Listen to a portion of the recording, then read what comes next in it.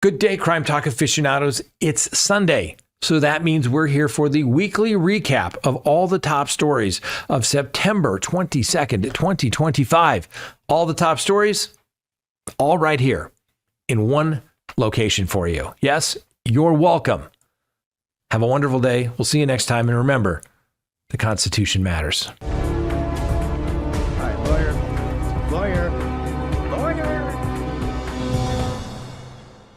Couple of other quick announcements before we get rolling as well. Let me remind you, if you would like to get yourself a Crime Talk keychain, I'm going to put one on my backpack so I know that that's my backpack as I'm traveling to Italy this afternoon.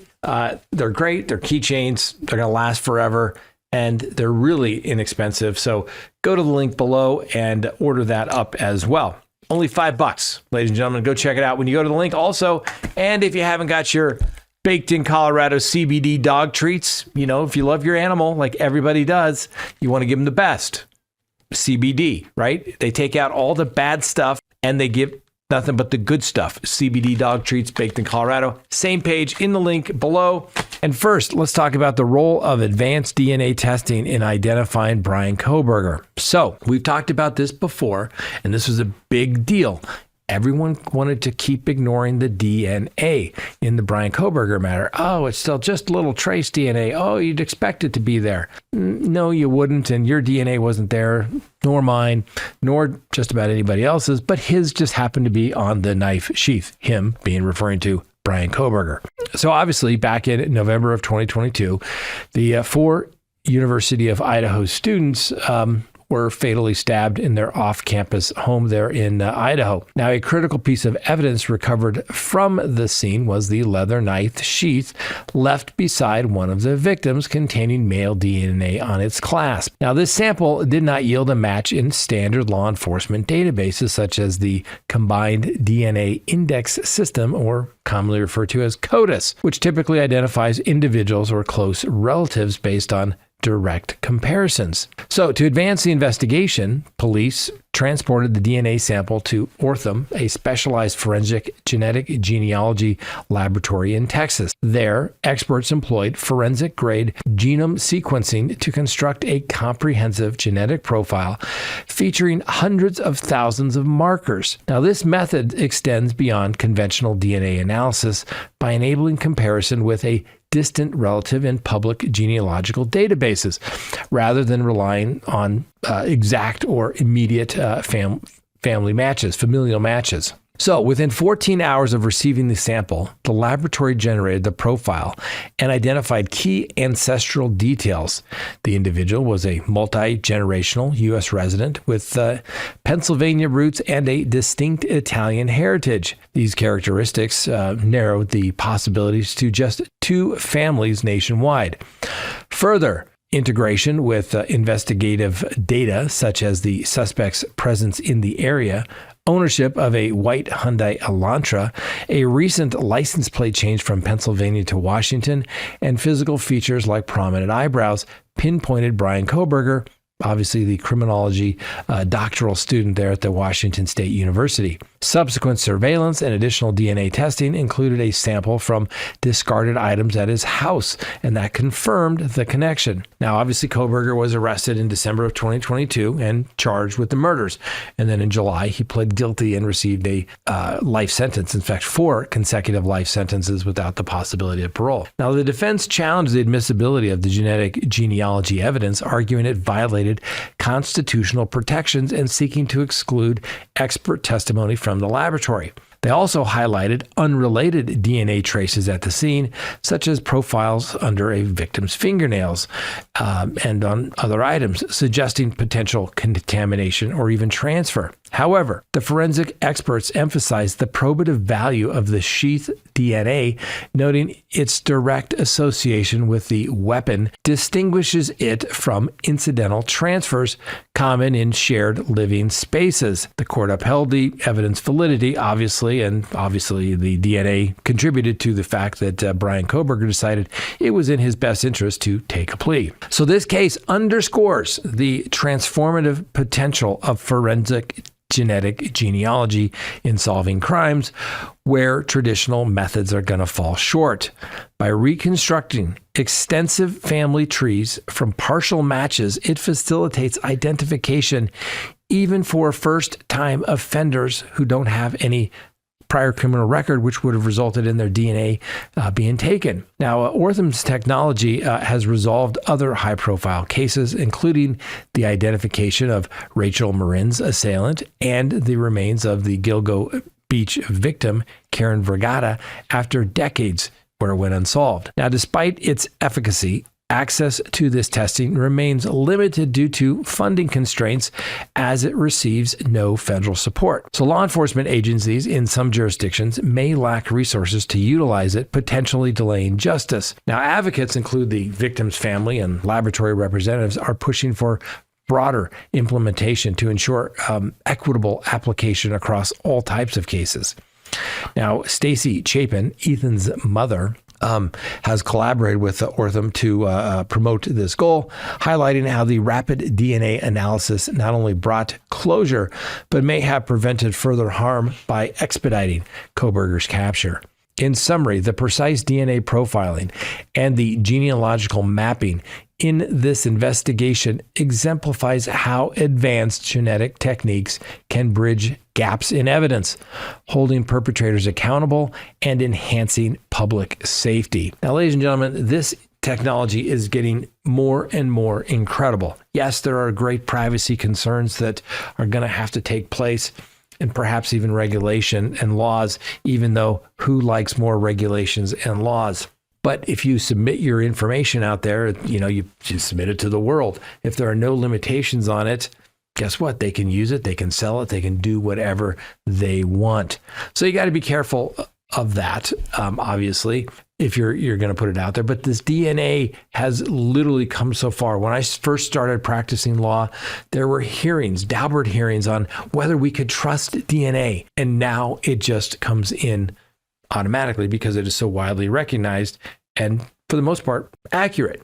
Really what it comes down to is the statistical analysis that has changed over the years because there's bigger and bigger databases. But when you hear numbers like the odds of it being someone other than the defendant are 1 in 17 trillion or quadrillion, it's a huge number. It's like it's tough to get around. And the fact that DNA is there and they're able to test it in even smaller and smaller amounts, it's going to be amazing, ladies and gentlemen. And with the modern technology of obviously the DNA, you're also getting all of the evidence as it relates to video evidence, because video is everywhere. It's really making it tough for criminals to get away with anything, which is a good thing. We don't want people committing crime. That's one of the things that the government is supposed to protect, our rights from being infringed, your right to life, liberty, and happiness, and all that type of stuff, right? But it's getting to be amazing and a little scary on what it can actually do. Something to think about. So, some new photographs released in the Kohberger matter. That's right. Police have disclosed a series of previously unreleased crime scene photos, and we got them here. Don't worry, nothing gory, from the residence where Brian Kohberger is responsible for the murders of the 4 university students. Now, the Idaho State Police have made available 10 new images captured inside the residence where Kohberger fatally stabbed Madison Mogan, Kaylee Gonzalez, Zaina Kernodle, and Ethan Chapin using a K-bar knife. Now, these photographs depict various elements within the property, including overturned stools in the kitchen area, a potential imprint, residual items from a prior gathering, a vintage camera, a portable audio device, and a sliding glass door that may have served as the point of entry and exit for Brian Kohberger. More than likely it was. Anyway, while these images don't contain visible bloodstains, unlike the previously released evidence that documented the graphic aftermath, they provide additional insight into the layout and the contents of the residence. Now, for those who maybe haven't been following the Brian Kohberger case, back in July, he received 4 consecutive life sentences without the possibility of parole based upon his guilty plea to 4 counts of murder, as well as 1 count of burglary. And of course, he avoided the death penalty. Next on the docket, an update on the death of Celeste Rivas. Now, an individual that appears to be bearing a strong resemblance to Celeste Rivas was observed at a concert by the artist David back in August of 2025. Now, if this identification is accurate, it would significantly narrow the time frame surrounding her death. What do we got? Well, we got footage from the event held on August 23rd or 24th in Silver Springs, Maryland, and it depicts a female spectator on a side balcony adjacent to the stage with features akin to those of Miss Rivas. Her hairstyle aligns with known images of Rivas, and notably, she is attired in a black tube top, consistent with the clothing description provided by police upon the discovery of Rivas's body in the trunk of David's Tesla car. Now, the timing of the concert is relevant, occurring approximately 12 days prior to the towing of David's abandoned Tesla from a location near his residence in the Hollywood Hills on September 5th of this year. Now, the vehicle was impounded and Rivas's remains were located on September 8th following reports of an offensive odor emanating from the Tesla at the Hollywood impound facility. Police continue to examine the circumstances of Rivas's death, with the exact date and cause remaining undetermined and no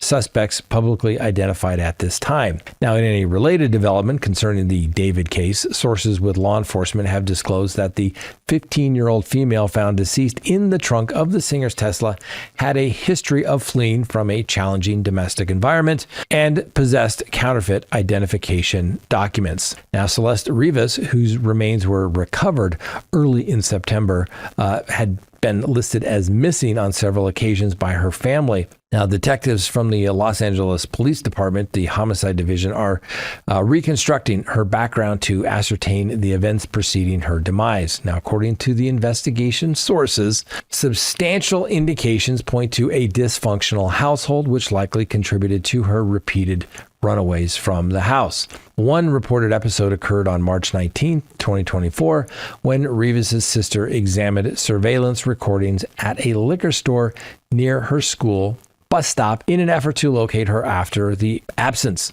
Additionally, a teacher from her middle school informed investigators that Miss Rivas had gone missing back in January of 2024, only to be located in the Hollywood Hills area in the subsequent month and reunited with her family. It is noteworthy that David maintains a residence in the same area, and Rivas's final disappearance took place in April of 2024. Now, obviously, questions persist regarding whether the family engaged Los Angeles police during the spring incident to investigate her whereabouts following the February recovery. Now, Rivas reportedly evaded detection by utilizing various false identification cards to present herself as being much older than she was. And prior to official confirmation of her identity, a lead provided to media outlets included details from her mother about a distinctive red tattoo on her right index finger and her association with an individual named David.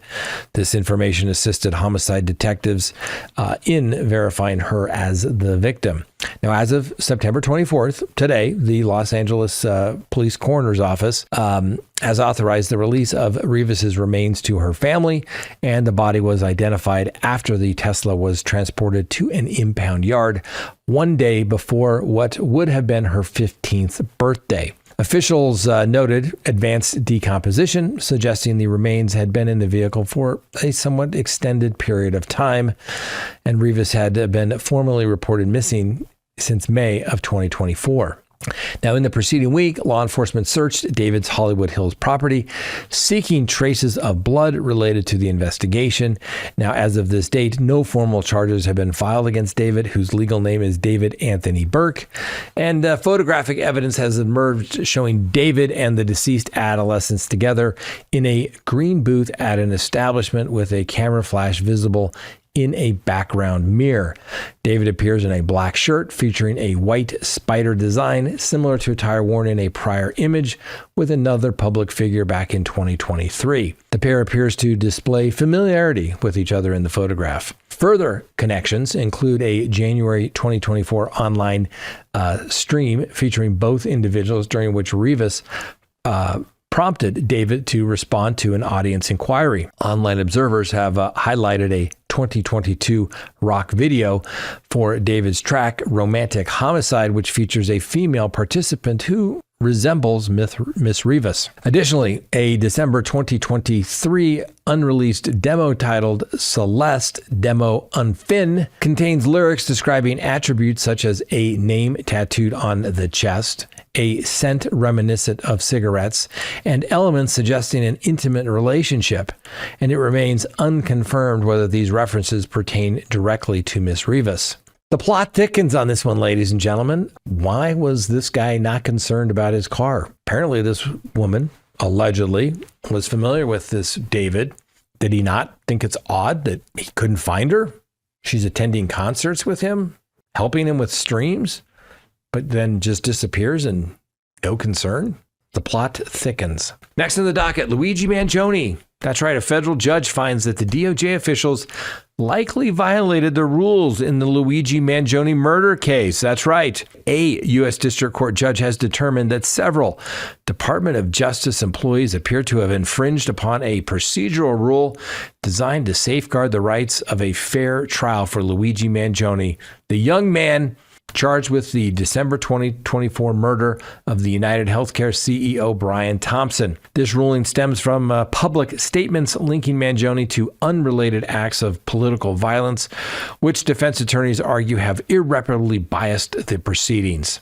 Now, Mangione faces both federal and state charges in connection with the Thompson killing, with federal prosecutors pursuing the death penalty case. In a letter submitted by the legal team on Tuesday, attorneys alleged that comments from the Trump administration officials and the Department of Justice personnel have prejudiced the case, particularly following recent high-profile incidents such as the assassination of Charlie Kirk and an attempt on former President Donald Trump's life by Ryan Ruth. The filing included evidence of deleted social media posts where DOJ staff reposted and endorsed President Trump's remarks about Mangione. Defense attorney Karen Agnifilo emphasized in the submission that the government has unjustly associated Mangione with left-wing extremist organizations and unrelated violent events, despite no established connections. She stated that such portrayals form part of a broader political agenda incompatible with the criminal justice system, especially in the capital case. His attorneys further clarified that Mangione rejects political violence and has no affiliation with the groups referenced in the official statements. In her Wednesday order, the Judge Margaret Garnett of the Southern District of New York, concurred that the evidence suggests violations of the local criminal rule 23.1, which prohibits prosecutors and their associates from disseminating opinions likely to prejudice a fair trial or the administration of justice. Garnett also referenced a prior court directive from April of 2025, which explicitly required adherence to this rule at all levels of the DOJ, including the Attorney General. Specific instances cited included since deleted September 19th post on X by DOJ spokesperson Chad Gilmartin, who endorsed President Trump's comment during a Fox News interview describing Mangione's alleged actions. Additionally, White House Press Secretary Caroline Leavitt referred to Mangione as a left-wing assassin during a September 22 press briefing. These statements, according to the defense, have compounded prejudicial rhetoric amid ongoing national events. Now, Judge Garnett has mandated that the DOJ provide a response by October 3rd, detailing the circumstances of the apparent breaches and outlining preventative measures in the future. She cautioned the Deputy Attorney General, Todd Blanche, that continued infractions could result in sanctions such as a monetary fine or contempt of court citations. Representatives from the Department of Justice and the White House have not provided any comments regarding the matter, which is probably good since they don't want to violate any local rules. And as you may not recall, Mangione has entered a not guilty plea on all of his cases and remains in custody pending the outcome of those proceedings. This is a big nothing burger here, ladies and gentlemen. Political people making political statements about a case. Yes, the Department of Justice probably should have been a little more careful when they were retweeting, but I think it was part of a greater context of the president's interview. And the spokesperson for the president can certainly say, look, the Mangione case, he's a left-wing guy. He's a communist. He shot this healthcare CEO because he thinks healthcare sucks and it's too expensive. That kind of seems like, a political statement. It's a political case. The defense is going to make it a political statement as well when they try to defend their case that he'll more than likely be convicted. And then the question is, does he get the death penalty? This is big nothing burger. This is the judge putting the kibosh on here to make sure that nothing is going to take place further. Warn everybody, keep your mouth shut about it, but nothing's going to happen. Is it going to result in the dismissal of the Luigi Mangione case? Highly unlikely. If it did, my jaw would probably hit this table and you would hear it, okay? But it's not going to happen. Are they going to dismiss the death penalty? No. Is it going to just get the case dismissed? No. At most, it's going to get the attorneys yelled at a little bit by the judge and say, they'll go up there and they'll genuflect in front of the judge and say, we're sorry, Your Honor. It won't happen again. I mean, it wasn't the attorneys involved doing it. It was people much higher up the chain who, frankly, I bet didn't get a copy of that order, but are aware of it now. So don't get too excited, ladies and gentlemen. What do you do after you kill 4 people? How about make a quick Costco run if you're Brian Kohberger? That's right. Brian Kohberger, the man convicted in the Idaho murders, was observed at a Costco store shortly after the fatal stabbings of the 4 University of Idaho students. Surveillance video depicts the 30-year-old, who was previously a criminology student, entering the retail location on the morning of November 14th, mere hours following the incident. Now, the previous evening, Kohberger had unlawfully entered a residence of the 4 college students of Madison Mogan, Kaylee Gonzalez, Zaina Kernodle, and Ethan Chapin, whereupon he inflicted lethal stab wounds on all. So this recording captures Kohberger approaching the members-only warehouse where he is momentarily addressed by a staff member. Dressed in a collared shirt and a gray trouser, Kohberger engaged in what appears to be a courteous conversation with the employee before departing without incident. In the footage, he holds a water bottle in one hand while placing the other in his pocket, which may have been an effort to obscure any wound incurred during the assault. Now, the potential significance of Kohberger concealing his left hand is reportedly has a bandage covering up a cut. That same morning, Kohberger was also sighted operating his white Hyundai Elantra near the neighborhood coffee establishment, though he did not enter to make a purchase and soon departed the area. Subsequently, in the afternoon, he appeared in a grocery store where he completed a beverage transaction at a self-service register. And these newly released videos emerges several months after Kohberger entered a guilty plea to the charges following an extended period of asserting that he was innocent and he wanted his trial. By opting for the plea agreements and foregoing the trial, Kohberger was spared the death penalty, and ultimately he did not disclose any rationale for his violent acts. Now, the arrangement for his plea imposed the 4 consecutive life sentences without the possibility of parole, plus another decade-long sentence for the burglary. Through this resolution, obviously, Kohberger evaded capital punishment and is now confined at the Idaho Maximum Security institution. And, well, it doesn't sound like things are going that well because Kohberger has voiced dissatisfaction with the meals provided and the alleged mistreatment by other prisoners. Also, there's documents obtained that reveal that on July 30th, he submitted grievances alleging that inmates were intentionally causing floods in their cells, which resulted in the flooding of his cell, and a lot of verbal intimidation. I don't know, Brian, why don't you go, get a knife or something, get a shake and take care of it. Anyway, in subsequent reports, he claimed to have faced threats of sexual violence. In prison? Oh my. Now, we're certainly not, encouraging any of that. Seriously, we're not. That's a crime. We wouldn't do that. But that's what happens in prison. I hate to break it to you, ladies and gentlemen. All that stuff, those bad things that you hear about prison, they're true. All right. I've mentioned this story maybe once or twice.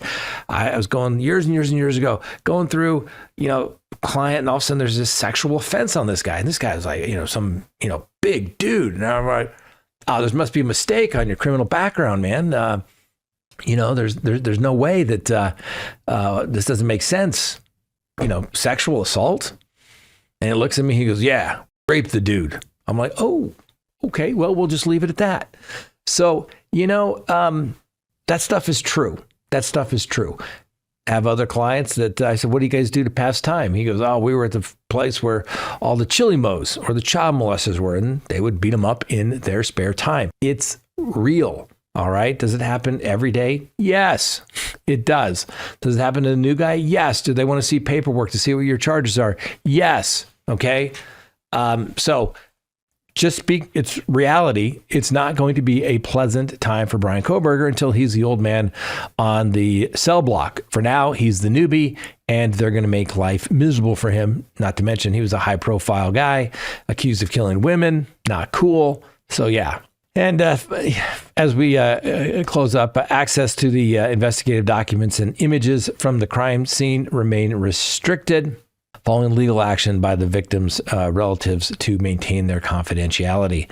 Although we believe they should be turned over, made available, people can choose to look at them if they want to or not.